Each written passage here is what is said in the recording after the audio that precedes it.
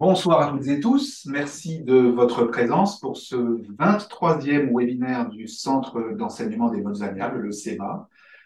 Nous sommes ravis de vous accueillir et d'accueillir Louise Broyce, que je vais présenter dans quelques instants. Vous êtes à peu près 80 personnes à vous être inscrits à ce webinaire.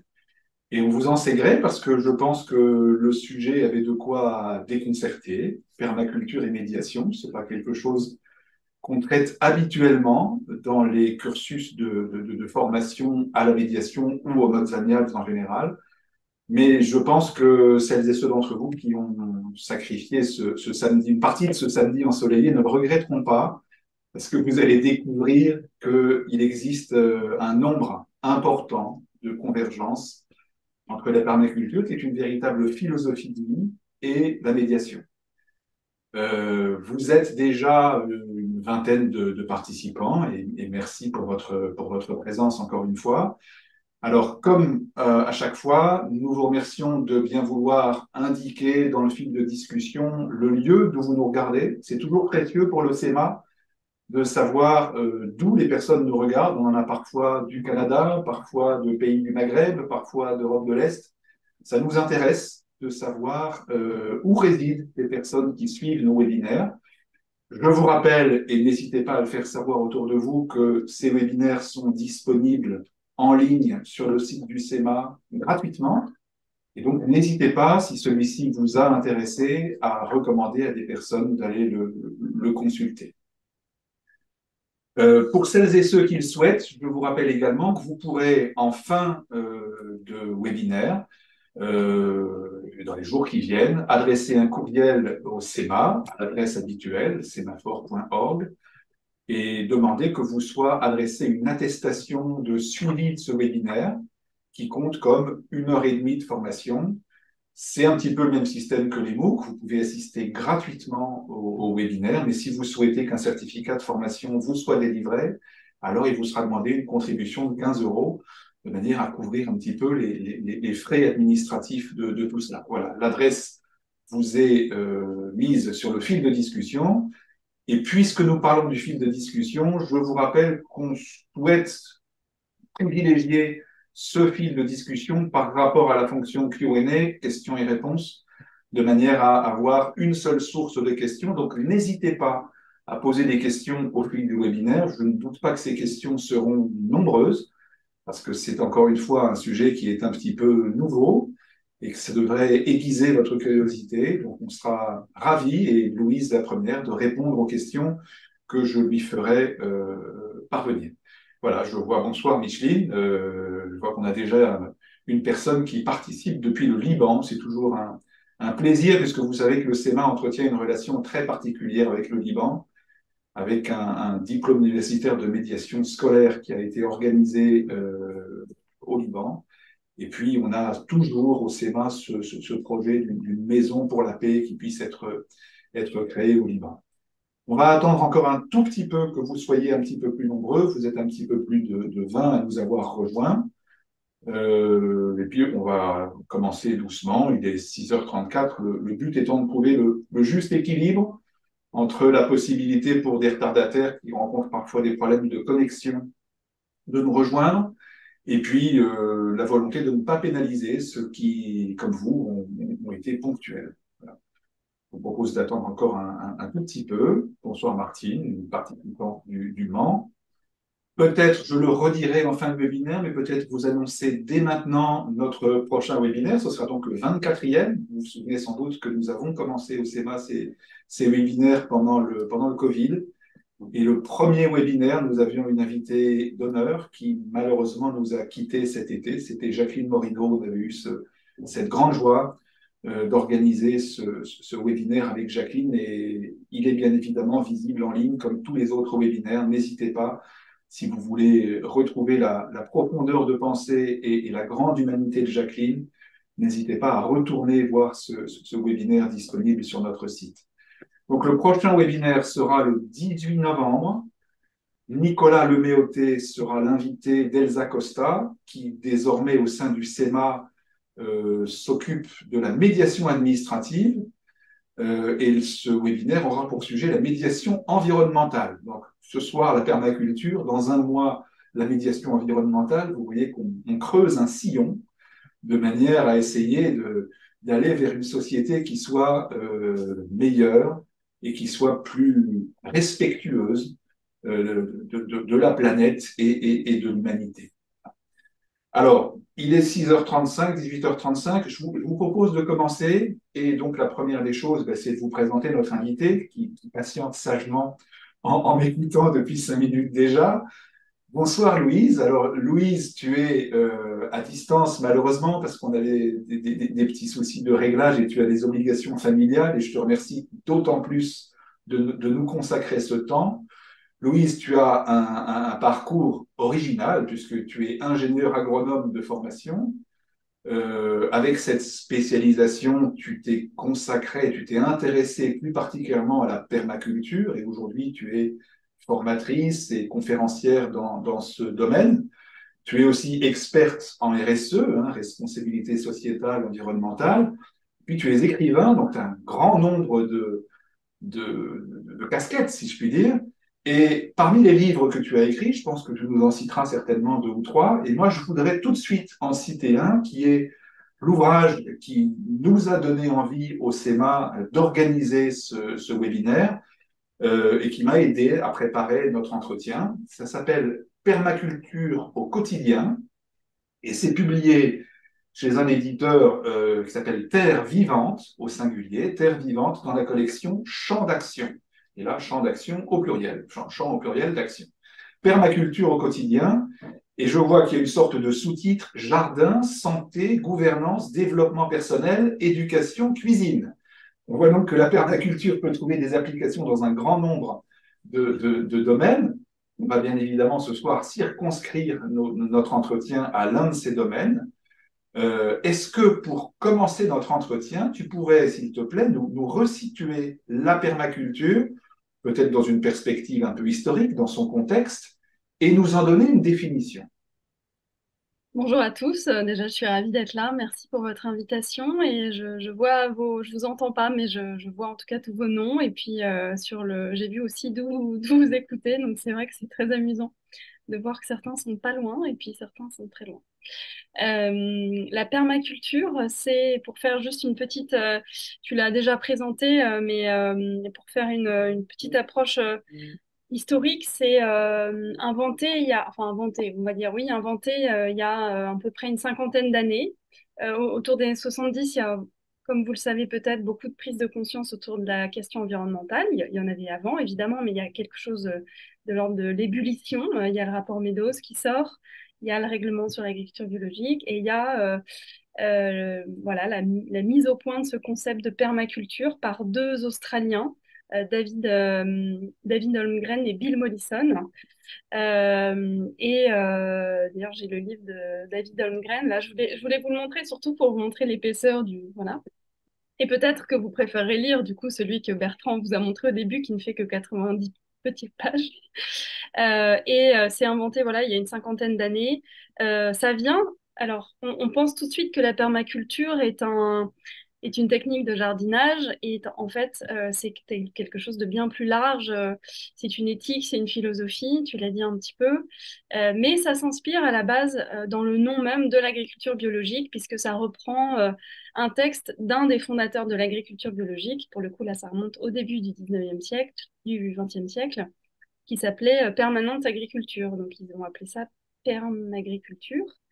Et plus que simplement une technique agricole, on dit que c'est une culture de la permanence. Euh, Dans la partie agricole, vraiment le propre de la permaculture, c'est d'avoir un sol couvert en permanence, donc permanente agriculture. Et quand on parle de cette éthique beaucoup plus large, telle qu'elle est en tout cas expliquée par les deux fondateurs, on parle de cette culture de la permanence et on va pouvoir toucher des sujets très variés comme tu l'as énoncé, l'énergie, l'habitat, les relations humaines, les organisations, ce qu'on appelle toute cette branche de la permaculture humaine, mais aussi évidemment le jardin. En fait, étymologiquement, l'écologie, c'est aussi la maison, l'habitat, quoi.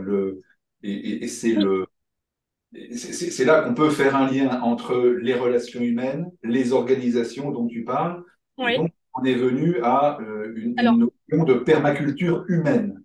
pour moi, l'écologie, c'est ce que tu dis, et c'est vraiment, en tout cas, l'écologie scientifique, à la base, c'est vraiment la science des liens. Les liens entre tous les vivants, populations, espèces, et puis les liens qu'ils entretiennent avec leur biotope, le paysage. Et ce que je trouve très beau, c'est ça, c'est le côté lien.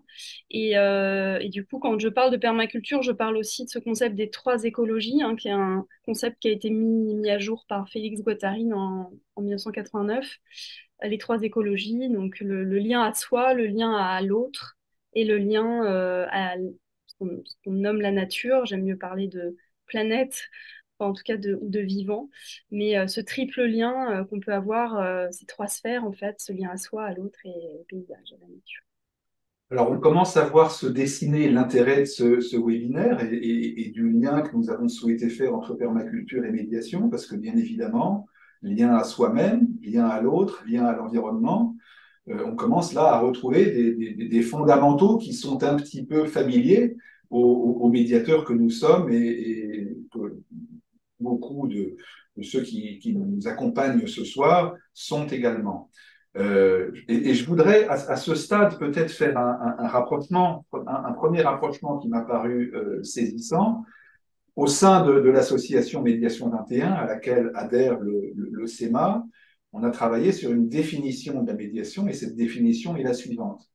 La médiation est un processus structuré, volontaire et coopératif de prévention et de résolution amiable des différends qui repose sur la responsabilité et l'autonomie des participants. Cette définition est ensuite complétée, mais voilà l'essentiel, le cœur de ce qu'est la médiation pour ce collectif qui compte quand même une trentaine d'organisations de médiation. Et je suis tenté de mettre en regard de cette définition une définition de la permaculture qu'on trouve donc dans ton ouvrage, en page 27, où tu définis la permaculture en disant elle peut se comprendre comme un processus en plusieurs étapes structurant la parole, l'écoute et la réflexion, exposé de la problématique, clarification par les membres du groupe, contrat, exploration, synthèse des apprentissages, plan d'action.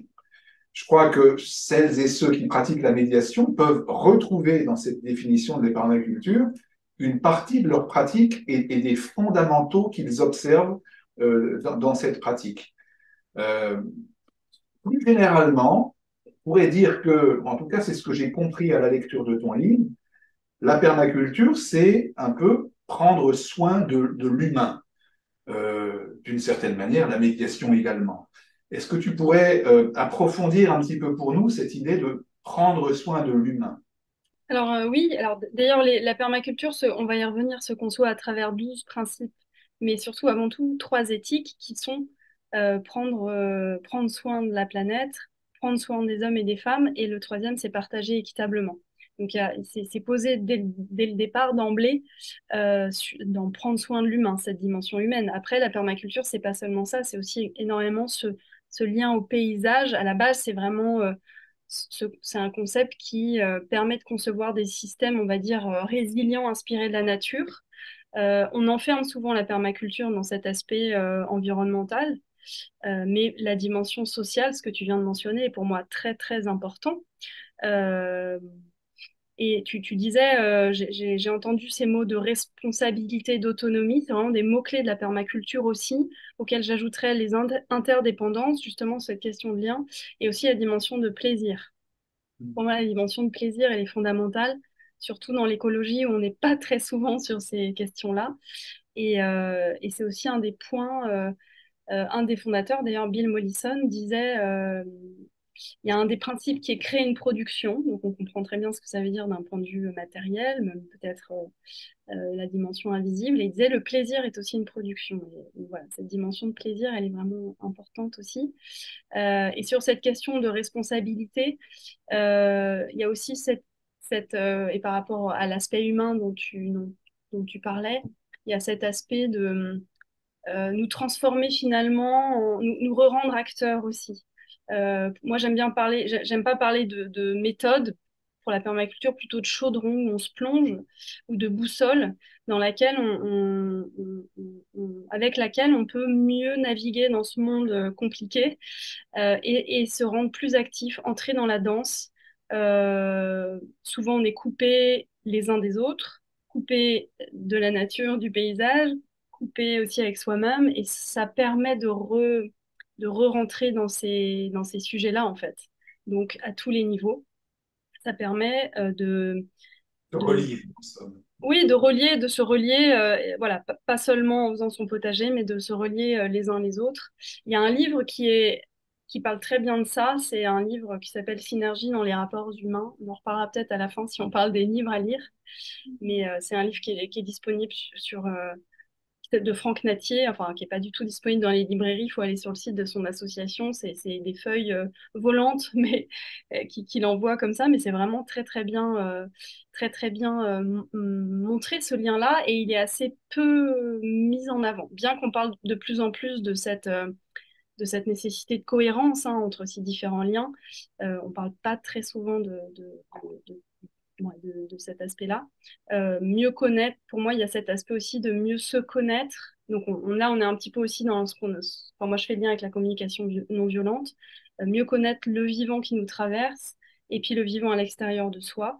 Voilà, enfin, comment aussi remettre de la vie dans les liens qu'on tisse entre nous, dans les collectifs, dans les familles, dans les associations, dans les entreprises. Mieux connaître le vivant qui nous traverse, je trouve que ça pourrait être une très très belle définition pour la médiation également. Merci pour ce rapprochement. Donc le titre du livre dont tu nous as parlé, pour celui Synergie dans les rapports humains de Franck Natier. Vraiment, il explore tous les outils. C'est vraiment ça permet vraiment d'aller très profondément sur ces questions-là, enfin, je trouve. Alors, avant de rentrer dans le vif du sujet, et je vais te demander si tu veux bien nous énoncer ce que sont les 12 principes de la permaculture, parce que tu nous as parlé de 12 principes, et puis ensuite on regardera quelques-uns seulement de ces principes qui, Ouais. de notre point de vue, sont vraiment pertinents hein, pour ce rapprochement entre permaculture et médiation. Est-ce que tu pourrais nous dire un mot de ce qui, toi, t'a attiré vers la permaculture? En quoi est-ce que, ingénieur agronome que tu es, tu t'es dit, bon sang, mais c'est ça? Bah justement, j'avais beaucoup entendu de permaculture au sens agricole. Après, j'ai atterri dans le monde de la gouvernance en entreprise. Je fais beaucoup de conseils en RSE. Et la gouvernance, comme vous savez peut-être, c'est vraiment le nerf de la paix au milieu, en fait, hein, de ces dimensions que couvre la RSE, environnementale, sociale, très large. Et j'ai découvert cet aspect de gouvernance qui était très important, comment travailler ensemble, comment co-construire. On n'a jamais appris ça à l'école, jamais dans les entreprises. Et là, je découvre que dans la permaculture, il y a des outils, en tout cas pour ça, et là, ça fait vraiment tilt dans ma tête de me dire il y a vraiment un lien entre la santé du paysage, la santé des sols et la fabrique de nos solidarités euh, pour rester sur cette sonorité de sol. Et donc, pour moi, c'est vraiment un déclic hein, de découvrir que c'est beaucoup plus que simplement une technique agricole. Après, donc je lis les deux livres des deux fondateurs, je me forme, je découvre plein de choses qui, à ce jour, je n'ai pas trouvé d'autres disciplines qui m'ont autant touchée, peut-être à part la communication non violente, mais ça a réellement changé ma vie dans le sens où ces principes qu'on va énoncer, moi, me servent tous les jours, vraiment, à la fois dans mon métier, quand je travaille avec des collectifs, mais aussi dans le quotidien. Enfin, il ne se passe pas une journée sans que je pense à certaines choses de la permaculture. Et effectivement, peut-être avant de plonger dans les principes qui vont peut-être vous aider vraiment à rendre ça plus concret, et vous allez voir comme ça peut résonner par rapport aux relations humaines. J'avais effectivement, j'ai aussi il y a vraiment des choses qui me plaisent très particulièrement dans la permaculture. D'abord, moi, je suis aussi écrivain, comme tu l'as dit. La sonorité des mots m'intéresse et permaculture, j'aime beaucoup parce que, eh ben, dans permaculture, il y a je perds ma culture et il y a aussi tout cet aspect, tout ce qu'il faut désapprendre pour mieux justement travailler ensemble, s'écouter, construire, rendre ces liens vivants. Cette question des liens, moi, me passionne, c'est-à-dire comment la permaculture, comme d'autres applications de la science écologique, nous apprend à être plus riche de nos liens que de nos biens. Et voilà, on peut vraiment tellement jouer sur les liens, décloisonner, coopérer. Ça, je trouve ça vraiment très intéressant. La question de la responsabilité, tu l'as dit, si on revient à l'étymologie, c'est répondre aux attentes. Voilà, dans la RSE, c'est répondre aux attentes de notre partie prenante, hein, pour reprendre le jargon. Mais avant ça, comment je réponds à mes propres attentes, comment je réponds aussi aux attentes des personnes qui sont en face de moi. Donc cette question de la responsabilité elle me parle beaucoup. Il y a un mot aussi clé qui est quand même celui de la sobriété, on va dire. Donc c'est comment je fais avec ce que j'ai sous la main. J'ai un problème. Euh, En fait, la solution, elle est là. La permaculture dit que la solution est dans le problème bien énoncé. Je pense que c'est des choses qui résonnent beaucoup avec la médiation. On fait avec ce qu'on a sous la main. Parfois, c'est juste un papier, un crayon, un cœur, un cerveau. Trouver sa niche écologique aussi, c'est quelque chose de vraiment important en permaculture. C'est cette question de sa raison d'être, sa singularité. On a tous, en fonction de nos ressources, de nos envies, de nos besoins, de notre passé, de nos traumas, de nos désirs, un endroit où on peut vraiment voilà, trouver ce qu'on appelle sa niche écologique quand on parle en écologie. Ça, je trouve ça aussi très beau. La question de la joie, je parlais du plaisir, plus globalement de la joie aussi me semble vraiment très belle et très mise en avant dans cet aspect de la permaculture, dans le côté agir. On est souvent très dépassé aujourd'hui par l'aspect, on est rendu très passif, on se sent un peu dépossédé de nos capacités d'action et la permaculture nous permet vraiment d'agir à parfois des petites échelles, mais voilà, et la dernière chose que j'aime aussi beaucoup en permaculture, c'est cet aspect qui joue beaucoup au quotidien, c'est faire vraiment la permaculture nous apprend à la fois à faire avec ce qu'on a sous la main et faire, disons, d'une pierre deux ou trois coups, c'est-à-dire avec une action, couvrir plusieurs besoins. Moi, je me souviens d'une formation que j'avais dû faire, je devais faire des petits sacs de graines. Je devais m'occuper de mon fils qui était très petit encore à l'époque. Voilà, je l'avais évidemment fait faire ces sacs de graines et écrit. Donc voilà, c'était à la fois, je trouvais quelque chose qui allait me servir et puis j'occupais mon fils. On a tous plein d'exemples comme ça, mais moi, c'est ces petites choses aussi qui me guident beaucoup, en tout cas chaque jour, grâce à la permaculture. Merci pour ce regard un peu plus personnel Moi, j'aime beaucoup parce que je permaculture, c'est pas juste un jeu de mots, c'est effectivement comment se déshabituer de son propre regard, comment aller vers la neutralité, comment abolir ses jugements, et tout ça, ce sont des attitudes qu'il nous est demandé à nous, médiateurs, d'adopter pour se conformer à notre déontologie. Et puis j'aime aussi, parce que là aussi ça fait écho, cette manière dont tu dis que la solution, elle est dans la question bien posée. Donc, toutes les vertus du Ouais. questionnement en médiation, effectivement, nous renvoient à ça. Alors, est-ce qu'on pourrait, pour avancer un petit peu, Oui, lister les 12 principes dont tu as parlé sans les développer à ce stade, et puis on va y oui. revenir plus précisément. Ils sont 12, donc il y en a 6 premiers un peu plus faciles à appréhender, assez concrets, et 6 autres un peu plus théoriques, on va dire, ou qui permettent d'élargir. Donc, observer et interagir, le premier. Observer, j'adore, ça commence par observer.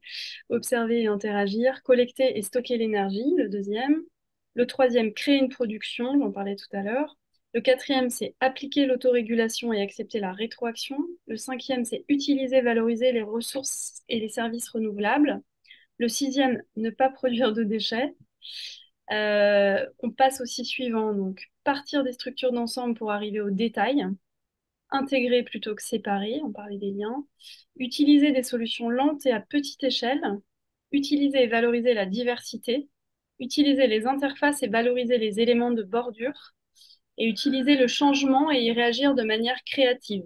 Le douzième, parfois, alors il y a parfois plusieurs façons, hein, chacun de les nommer, puis les deux fondateurs utilisent parfois pas exactement les mêmes mots, et tout ça est aussi traduit de l'anglais.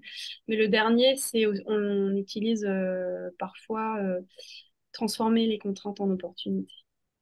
D'accord. Alors, c'est très beau parce qu'il y en a qui sont presque poétiques. Utiliser les éléments de bordure, je trouve que ça Ouais, nous emmène dans une espèce de réalité parallèle que j'aime beaucoup. de On va fossé, essayer d'aller de dans le les fossé. prendre, en tout cas un certain nombre d'entre eux, un par un, et puis de voir ce qu'on peut trouver comme écho entre médiation et permaculture. Et si tu permets, j'aimerais commencer par appliquer l'autorégulation et accepter la rétroaction. Ah, j'aurais pas pensé que tu choisirais celui-là pour commencer. Ah, c'est un peu un ordre de conception du processus de médiation. Pour moi, il y a dans ce principe-là quelque chose qui est lié au pari qu'on fait de la responsabilisation individuelle. et qui est le fondement même de la médiation. Je vois, page 34 hein, de ton livre, dont je redonnerai les coordonnées à la fin pour ceux qui nous ont rejoints avec un petit peu de retard. La rétroaction positive ou négative est un mécanisme systémique qui amplifie un processus ou un effet, d'où la nécessité de concevoir des systèmes qui se régulent eux-mêmes. Effectivement, l'approche systémique, c'est une méthode qu'on emploie fréquemment en médiation, notamment pour les médiations collectives au sein des organisations. Et tu ajoutes dans ce paragraphe, page 35 toujours, la confiance engendre la confiance. Moi, j'aime bien voir la confiance un peu comme un foyer qu'il faut réalimenter en permanence avec, on remet des bûches hein, pour que le foyer reste efficace.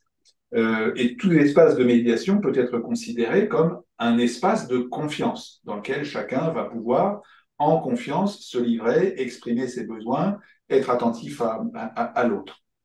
Et puis tu ajoutes, et ça c'est intéressant, et c'est sur ce point, si tu le veux bien, que j'aimerais que tu précises un peu ta pensée, les organisations doivent être considérées comme des êtres vivants, je crois qu'on peut tous adhérer à cette vision-là, avec des relations d'égal à égal entre les êtres, ça on connaît bien en médiation également, et ajoutes-tu des prises de décision par consentement et non par consensus. Est-ce que tu pourrais nous dire ce que tu entends exactement par prendre des décisions par consentement et non par consensus?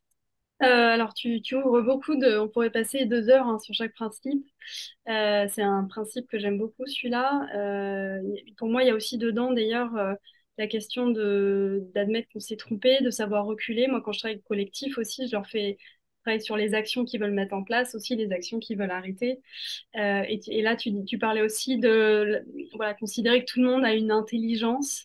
Et ça, il y a un préjugé assez épouvantable hein, dans les entreprises, souvent quand j'arrive, de sorte de mots, des choses qui sont parfois implicites, hein, mais qui montrent qu'on considère que les autres vont pas comprendre quelque chose. Et voilà, ça me choque toujours énormément. Et pour répondre à la question, alors ça, c'est vraiment de la facilitation, c'est de l'intelligence collective. C'est quelque chose auquel je me suis aussi beaucoup formée parce que c'est vraiment une des clés aussi pour cette permaculture humaine. La décision par consensus, c'est ce qu'on fait souvent, c'est-à-dire on va par exemple, voter tous et puis choisir bah voilà, parmi trois, quatre propositions, celle qui aura eu le plus de votes. Or,